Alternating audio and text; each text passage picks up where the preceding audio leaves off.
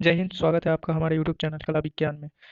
आज का ये जो सेशन है हमारा ये मुख्य रूप से पॉलिटी पे आधारित है। जैसा कि हमने बात किया था पिछले कुछ सेशंस में कि हम एक सीरीज ला रहे हैं, जिस सीरीज के अंतर्गत आपको बताया जाएगा कि पॉलिटी के कौन-कौन से सवाल इस साल महत्वपूर्ण हो सकते हैं, या फिर यूँ कहें तो पॉलिटी के कुछ महत्वपूर्ण सवाल जिसके थोड़े-थोड़े एनालिसिस के साथ हम आगे बढ़ते चलेंगे, ताकि हमारी जो 5-7 दिन बचे हुए हैं परीक्षा के अंदर में, ये 5-7 दिन अच्छे से यूटिलाइज़ हो सके और हमारी परीक्षाएँ अच्छे से हो पाएँ। ठीक है? तो इस कड़ी में ये हमारा पॉलिटी पे दूसरा वीडियो है। इससे पहले मैंने एक वीडियो बनाया था जिसमें पॉलिटी के पिछले साल जो प्रश्न पूछे गए थे वो 100 प्रश्न के सवाल के आंसर मैंने दिया था। तो वो वीडियो भी है, उससे आप अनुमान लगा सकते हैं किस टाइप के क्वेश्चन आते हैं। और ये वीडियो जो है ये आज से हमारा हो जाएगा एक तरह से सेशन स्टार्ट कि कौन-कौन से इसमें इसमें से भी सीधे तौर पे सवाल पूछे जा सकते हैं, या इस सेशन को सीरीज को अगर आप देख लेते हैं तो यहाँ से आपके निश्चित तौर पे, अगर आपने पूरी साल पढ़ाई नहीं किया होगा तो भी अच्छे से आपकी तैयारी हो सकती है। ठीक है?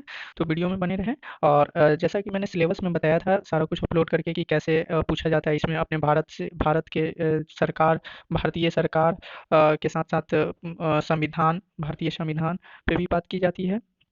साथ ही साथ अगर हम बात करें तो इसमें यूके, जिसे हम यूनाइटेड किंगडम कहते हैं, और USA United state of America, जिसे हम अमेरिका कहते हैं, इन दोनों की सरकार और वहाँ की संविधान के बारे में चीज़ें जाननी है। तो आज का जो हमारा ये सेशन है ये पूर्ण रूप से भारत पे होगा। भारत पे कुछ सीरीजें आएंगी, फिर भारत के बाद हम यूके, और इसके बाद हम बात करेंगे यूएसए की पे। ठीक है? तो कुल 8 से 10 वीडियो जाएंगे जिसके अंतर्गत सारी चीज़ों को कवर कर लिया जाएगा। और निश्चित तौर पे अगर मेरा इतना विश्वास है कि अगर आप इन 10 जो वीडियोज़ आएँगे, 10 वीडियोज़ भी नहीं आएँगे, कम ही आएँगे, मैं एक मोटा-मोटी बता रहा हूँ। इसे अगर आप कर लेते हैं तो परीक्षा में आपकी बेहद अच्छी तैयारी हो जाएगी। अगर आपने पूरी साल पढ़ाई ना भी किया है, तो भी आप अच्छे से परीक्षा दे सकते हैं और अच्छी नंबर आपके आ ही जाएँगे। तो चलिए शुरू करते हैं। तो ये जो हमारा पहला क्वेश्चन है, इसमें पूछा जा रहा है कि निम्न में से कौन देश का सर्वोच्च कानून है? तो देश का जो सर्वोच्च कानून है वो भारतीय संविधान है। ठीक है? इसमें देखना है भारतीय दंड संहिता है, भारतीय सिविल प्रक्रिया संहिता है, भारतीय दंड प्रक्रिया संहिता है। तो ये सब तीनों का तीनों गलत है। ये ऑप्शन नंबर बी हमारा सही हो जाएगा। सर्वोच्च कानून पूछा जा रहा है, देश का सर्वोच्च कानून। ठीक है? अगला क्वेश्चन हमारा, भारत का संविधान किसके द्वारा बनाया गया था? तो भारत का संविधान योजना आयोग, राष्ट्रपति या कार्यकारी समिति? तो राष्ट्रपति तो नहीं होगा, योजना आयोग के द्वारा भी नहीं बनाई गई थी, कार्यकारी समिति के द्वारा भी नहीं बनाई गई थी। तो इसका आंसर हो जाएगा संविधान निर्मात्री सभा के द्वारा बनाया गया था। तो आंसर नंबर बी हो जाएगा, इसका भी बी हो जाएगा। अब आता है भारतीय संविधान को अंगीकृत किया गया था। तो भारतीय संविधान को 26 जनवरी 1949 को अंगीकृत किया गया था, अपनाया गया था। ये तो सारे लोगों को पता होगा। उसके बाद चौथा नंबर क्वेश्चन है हमारा कि भारतीय संविधान कब लागू हुआ था? तो भारतीय संविधान लागू हुआ था 26 जनवरी 1950 को, ऑप्शन नंबर ए। चलिए आगे देखते हैं। तो आगे अगला सवाल है हमारा, निम्नलिखित में से किस देश का सबसे बड़ा लिखित संविधान है? तो ये तो हम बचपन से ही जानते होंगे आप सब, और हम सब जान ही रहे होंगे कि भारत का सबसे बड़ा और लिखित संविधान है।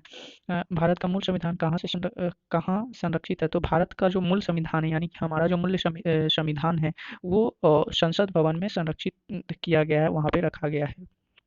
ठीक है? हमारा जो अगला क्वेश्चन है, भारत के राष्ट्रीय ध्वज के अशोक चक्र में कितनी तिल्लियां हैं? तो भारत के राष्ट्रीय ये 24 तिल्लियां हैं, जो कि सत्य को दर्शाती है। ठीक है? ये तिल्लियां। संघीय प्रकार के शासन का गंभीर दोष क्या है? संघीय प्रकार के शासन का गंभीर दोष पृथक्करण का खतरा है। ठीक है?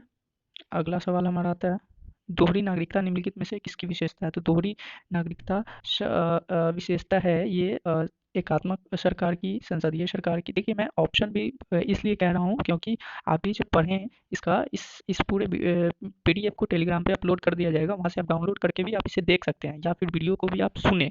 बस एकदम गौर से सुनते चलें, तो भी चीज़ें आपको याद हो जाएंगी। तो दोहरी नागरिकता निम्नलिखित में से किसकी विशेषता है? निम्नलिखित कही जा रही है, तो थोड़ा गौर कीजिएगा। एकात्मक सरकार, संसदीय सरकार, संघीय सरकार और राष्ट्रपति शासित सरकार। तो इसका आंसर हो जाएगा, दोहरी नागरिकता पूछा जा रहा है तो संघीय सरकार हो जाएगी। ठीक है? अगर आपको पता हो तो देने की भी कोशिश करें, आप अपने मन में आंसर रखें या फिर बोलें, और मैं बोलूँगा तो मैच भी कर लें। निम्नलिखित में से कौन सी भारतीय संविधान की एक विशेषता नहीं है? तो भारतीय संविधान की कौन सी एक विशेषता नहीं है? तो संसदीय सरकार तो भारतीय संविधान में होती है, स्वतंत्रता न्यायपालिका भी है, स्वतंत्र न्यायपालिका, संघीय सरकार भी है, लेकिन अध्यक्षीय सरकार ऐसा कुछ नहीं है। तो ऑप्शन नंबर सी इसका सही आंसर हो जाएगा कि अध्यक्षीय सरकार भारतीय संविधान की एक विशेषता नहीं है। भारत का संविधान है संगठनात्मक, अर्धसंगठनात्मक, तो अर्धसंगठनात्मक है, ऑप्शन नंबर बी इसका सही आंसर हो जाएगा, अर्धसंगठनात्मक। उसके बाद लोकतांत्रिक समाजवाद का क्या उद्देश्य है? लोकतांत्रिक समाजवाद का उद्देश्य क्या है? तो इसका हो जाएगा ऑप्शन पढ़ लेते हैं हम जरा एक बार। शांतिपूर्ण साधनों द्वारा समाजवाद की स्थापना, शांतिपूर्ण एवं हिंसक साधनों द्वारा समाजवाद की स्थापना, हिंसक साधनों द्वारा समाजवाद की स्थापना, लोकतांत्रिक साधनों द्वारा समाजवाद की स्थापना। तो लोकतांत्रिक हो जाएगा, इसका ऑप्शन नंबर डी हो जाएगा, लोकतांत्रिक। ठीक है, तो 13 का डी। अब 14 नंबर सवाल हमारा कहता है कि लोकतांत्रिक प्रणाली के लिए निम्न निम्न में से कौन सा तत्व आवश्यक है? तो लोकतांत्रिक प्रणाली के लिए स्वतंत्र एवं निष्पक्ष चुनाव होने चाहिए, अवसर की समानता भी होनी चाहिए, फिर अधिकारों का संरक्षण भी होना चाहिए। अगर अधिकारों का संरक्षण नहीं होगा तो फिर कहानी ही खत्म हो जाएंगी। तो इस प्रकार हम कह सकते हैं कि इसका ऑप्शन नंबर डी सही आंसर होगा, उपयुक्त सभी। जनता का जनता के लिए जनता द्वारा, यह कथन किसने कहा था? किन्होंने इस स्टेटमेंट को दिया था? तो अब्राहम लिंकन साहब ने इस कथन को दिया था। व्यक्ति बदल जाता है लेकिन विधि नहीं बदलती, यह सिद्धांत यह सिद्धांत है, मतलब यह कैसा सिद्धांत है? संपूर्ण एकाधिपत्य है या संवैधानिक सरकार है? तो ये संवैधानिक सरकार का एक सिद्धांत है। निम्नलिखित में से कहाँ लोकतंत्र नहीं है? तो लोकतंत्र अमेरिका में भी लोकतंत्र है, भारत में भी लोकतंत्र है, और चीन में समाजवादी सरकार है, जबकि नॉर्वे में अभी भी राजशाही है। ठीक है, तो इसे नॉर्वे में अभी भी राजशाही है।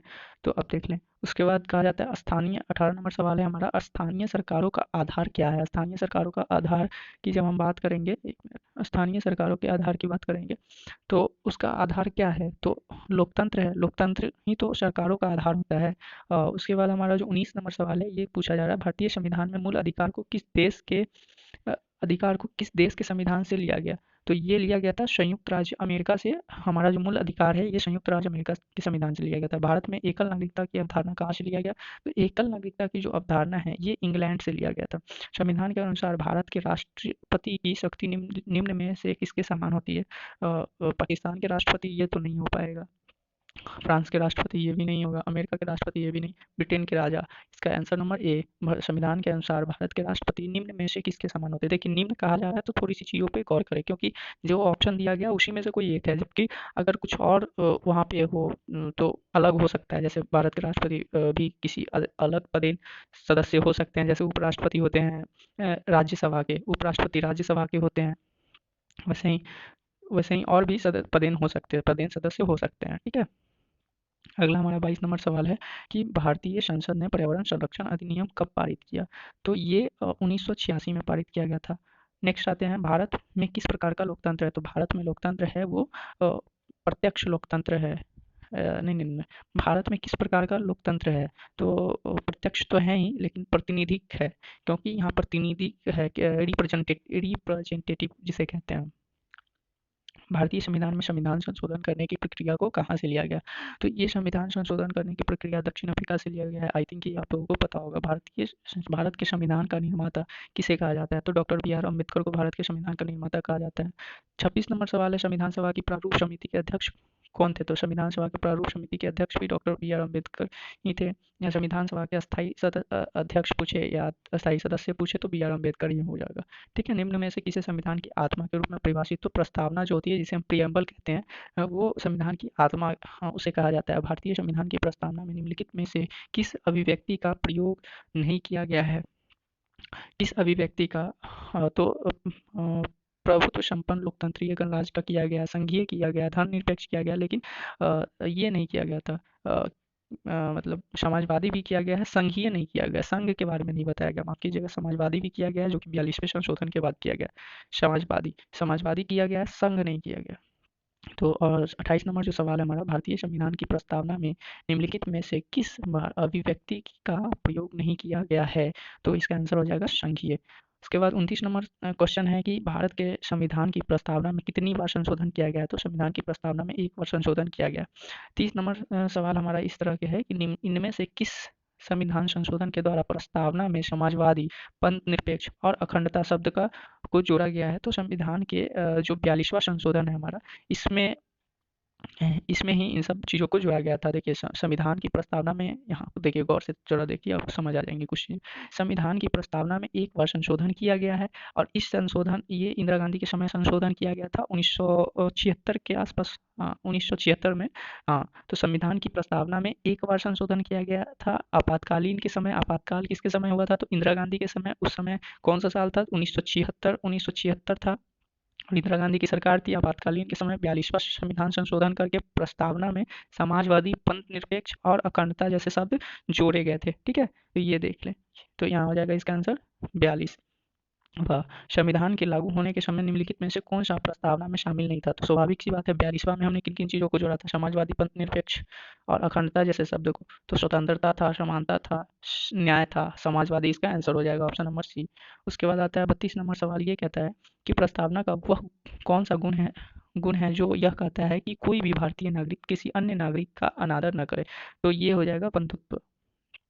माफ कीजिएगा, 1 मिनट। 32 नंबर सवाल ये कह रहा है, एक बार मैं इसे और पढ़ लूँ, कि प्रस्तावना का कौन सा गुण है जो यह कहता है कि कोई भी भारतीय नागरिक किसी अन्य नागरिक का अनादर न करे? हाँ, बंधुत्व। ठीक है, भाईचारा वाली बात हो जाएगी। भारतीय संविधान के प्रस्तावना में उल्लेखित बंधुत्व का क्या अर्थ है? बंधुत्व का मतलब होता है भाईचारा, तो भाईचारा हो जाएगा। उसके बाद भारतीय संविधान के अनुसार भारत एक कैसा राज्य है? भारत एक कैसा देश है? तो इसमें हो जाएगा धर्मनिरपेक्ष राज्य है भारत। गणतंत्र में अंतिम शक्ति किसके पास होती है? तो ये जनता के पास होती है। तो इस तरह से 35 का भी हो जाएगा। उसके बाद जो अगला क्वेश्चन है हमारा 36 नंबर, इस पे आते हैं। भारत में संघ राज्य क्षेत्र की संख्या कितनी है? देखिए, वर्तमान में जो कुल राज्य हैं वो 28 राज्य हैं। ठीक है, 28 राज्य है और 8 यूटी हैं। यूटी बोले तो यूनियन टेरेटरी, जिसे हम संघ राज्य कहते हैं। संघ राज्य को ही इंग्लिश में हम यूटी कहते हैं, शॉर्ट में यूनियन टेरेटरी। ठीक है, तो इसकी संख्या 8 है और कुल राज्य 28 हैं। ठीक है, तो ये थोड़ा सा अपडेटेड चीज़ है, इसमें तो ऑप्शन भी नहीं दिया गया है 8, तो इसे थोड़ा सा अपडेटेड है, तो इसे आप ध्यान कर लें। उसके बाद जो हमारा अगला क्वेश्चन है, निम्नलिखित में से कौन एक संघ राज्य क्षेत्र नहीं है? देखिए, 8 हैं संघ राज्य, कुल 8 संघ राज्य है यानी यूटी है, बाकी 28 क्या है? राज्य है। तो राज्य तो इसमें क्या है? निम्नलिखित में से कौन संघ राज्य क्षेत्र नहीं है? देखिए, पुदुचेरी ही पहले नंबर पे ही आ गया, ये संघ राज्य क्षेत्र है, और पूछा जा रहा है नहीं है। इंग्लैंड एक राज्य है, जबकि लक्षद्वीप एक संघ राज्य क्षेत्र है। दमन और दीव एक संघ राज्य क्षेत्र है, तो इंग्लैंड इसका बी नंबर ऑप्शन सही हो जाएगा। इनमें से कौन सा संघ राज्य क्षेत्र नहीं है? तो दादर नगर हवेली संघ राज्य है, पुदुचेरी है, लक्षद्वीप है, नागालैंड नहीं है, तो ऑप्शन नंबर डी। भारतीय संघ के कितने राज्य है? तो इसका आंसर हो जाएगा बी, 28। उसके बाद हम आते हैं भारत के संविधान में कितनी अनुसूचियां हैं? देखिए, इसमें जब अनुसूची की बात आ जाएगी तो भारतीय संविधान में कुल 395 अनुच्छेद, 1 मिनट मैं इसे लिख देता हूँ, अनुच्छेदों की संख्या 395 और भाग की संख्या 22 और अनुसूचियां अनुसूचियां कुल अनुसूचियां 8 हैं। ठीक है, इसे आप नोट कर लें। तो इस तरह से हमारा सवाल पूछा जा रहा है क्या? इस तरह से हमारा सवाल पूछा जा रहा है, कितने नंबर पे थे हम? भारत के संविधान में कितनी अनुसूचियां हैं? तो अनुसूचियां कहीं जा रही है, तो 8 अनुसूचियां हैं। इसमें ऑप्शन नहीं दिया गया है, ऑप्शन इसका कुछ गलत है, तो इसे आप ध्यान रखें। भारतीय संविधान के इस संघ सूची में कुल कितने विषय हैं? तो संघ सूची में जरा गौर कीजिएगा। भारतीय संविधान जब लागू हुआ था उस समय, जब जब हमारा संविधान 1950 में, 26 जनवरी 1950 में जब हमारा संविधान लागू हुआ था, ठीक है, तो उस समय जो संघ सूची में कुल विषय थे वो थे 66। ठीक, ध्यान रखिएगा, बहुत महत्वपूर्ण फैक्ट है। उस समय हमारा कुल कितने विषय थे? 66। लेकिन वर्तमान में कुल कितने हैं? वर्तमान में कुल 61 विषय रह गए हैं। वर्तमान में कुल कितने विषय हैं? 61। तो इसमें पूछा जा रहा है भारतीय संविधान के संघ सूची में कुल कितने विषय हैं? तो ऑप्शन नंबर 61 हो जाएगा, क्योंकि ये वर्तमान में है, लेकिन 61 नहीं है, तो ये थोड़ा सा अपडेटेड चीज़ है। 61 नहीं है तो 1 मिनट, यहाँ 66 दिया गया है, तो इसलिए ऑप्शन नंबर बी इसका आंसर हो जाएगा, 66। उसके बाद शिक्षा को किस सूची में शामिल किया गया है? शिक्षा को जो शामिल किया गया है वो समवर्ती सूची है। भारतीय संविधान में कितने भाग है? तो भारतीय संविधान में भी मैंने बताया आपको 22 भाग है। भारतीय संविधान में कितने अनुच्छेद है? तो 395 अनुच्छेद है। भारत संविधान के किस भाग में मूल अधिकार दिया गया है? तो संविधान के जो भाग है, भाग 3 में हमें मूल अधिकार दिया गया है। देखिए, जो यहाँ मैं लगा दूँ, 1 मिनट इसे कर लो। जो भाग 3 है इसमें हमारा क्या दिया गया है? मूल अधिकार। कुछ संविधान से 2-3 चीज़ें ज़्यादातर पूछ ली जाती है, बेसिक स्तर के सवाल है। एक मूल अधिकार, जब मूल अधिकार पूछा जाएगा तो आप वो देख लें। और एक क्या पूछा जाता है? मूल अधिकार पूछेगा तो क्या हो जाएगा? भाग 3 और अनुच्छेद की बात की जाए तो कितना हो जाएगा मूल अधिकार में? 12 से 35। ठीक है, वैसे ही एक होता है नीति निर्देशक तत्व। एक क्या होता है? नीति निर्देशक तत्व। नीति, जिसे हम शॉर्ट में क्या कहते हैं? डीपीएसपी। डीपीएसपी ये संविधान का के भाग कितने में है? भाग 4 में है।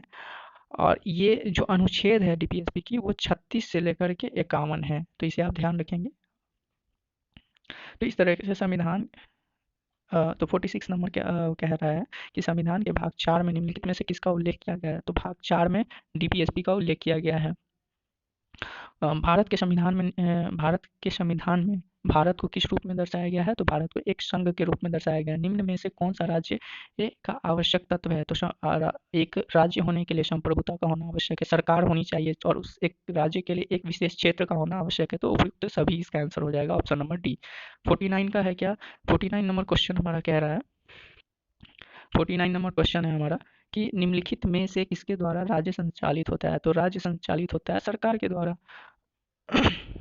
वैसे ही 50 नंबर क्वेश्चन है कि भारतीय संघ में नए राज्यों की स्वीकृति कौन देता है? तो भारतीय संघ में जो नए राज्य की स्वीकृति होती है वो संसद देते हैं। तो इस तरह से अभी हमने कुल 50 क्वेश्चन कर लिए हैं और 50 क्वेश्चन का ही सेट लाया जाएगा, 50-50 का। तो ऐसे करके कुछ वीडियो जाएंगे जो वीडियोज निश्चित तौर पे आपके लिए लाभदायक होंगी। और बाकी के जो क्वेश्चन है हम आगे देखेंगे, अपने अगले वीडियो में डिस्कस करेंगे, क्योंकि वीडियो अधिक लंबी हो जाती है तो आपको देखने में दिक्कतें होती हैं, मुझे बताने में भी थोड़ी सी समस्याएं आ जाती हैं कि एक लंबी वीडियो को बनाना और अपलोड करने वगैरह कुछ वो होता है। तो ऐसे ही हमारा सेशन चलता रहेगा और निश्चित तौर पे अभी जो हमने 50 क्वेश्चन किए हैं, इस 50 सवाल से आपको काफ़ी लाभ मिली होंगी। और इस वीडियो को आप 1-2 बार ज़रूर देखें, ताकि और देखें नहीं, बस एक आराम से सुनना है, सुनना, ठीक है? सुनना है, आराम से सुनें। इस सुनने से ही आपको काफ़ी कुछ कन्फर्म हो जाएँगी और याद रहेंगी। तो निश्चित तौर पे अगर मेरा मानना है कि इस वीडियो से आपको लाभ मिला होगा। वीडियो में बने रहने के लिए बहुत-बहुत धन्यवाद। और अगर वीडियो से आप लाभान्वित होते हैं तो औरों को भी लाभान्वित करें और आपकी परीक्षा मंगलमय हो। जय हिंद।